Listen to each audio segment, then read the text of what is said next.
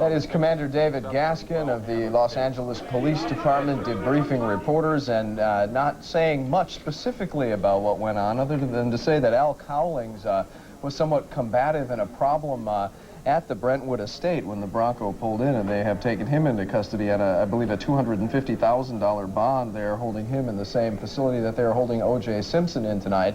The commander going on to thank the media for its role in following that motorcade, that chase up and down the Los Angeles freeways, and for basically staying out of the way while police were able to negotiate with O.J. Simpson and get him out of that Bronco into his house. They said he came in, they talked him into coming into the house, and it was at that point they took him into custody, and then they allowed him the things that they had talked about, a phone call to his mother, a drink of orange juice, I think the commander referred to, and an opportunity to use the restroom, and then they brought him into the Parker Center Police Department for processing. So basically what was supposed to happen at 11 o'clock our time this morning and did not happen is that O.J. Simpson, now formally charged with 2 counts of first-degree murder in connection with the deaths of his ex-wife, Nicole Brown Simpson, and Ronald Goldman.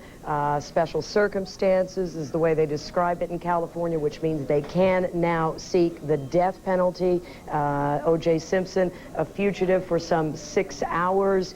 Finally, police tracking him down through a cell phone. An amazing 90-minute 2-county chase that went 50 miles that ended back where he slipped away, his Brentwood mansion. He was able to come to terms with that. They got him out.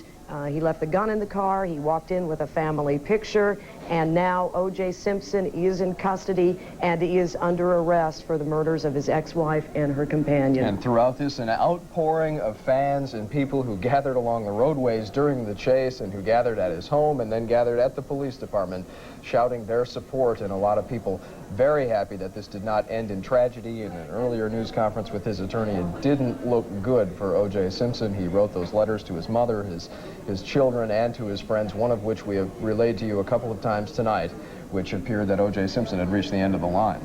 The story is still not over, though. Now comes the defense, now comes the trial, and now they must watch a man who has already threatened to take his own life. That situation still very volatile. We will have the latest for you on the Saturday edition of Today in Florida at 6 a.m. For now, I'm Kelley Mitchell. And I'm Robb Hanrahan. Thank you for being with us. Good night.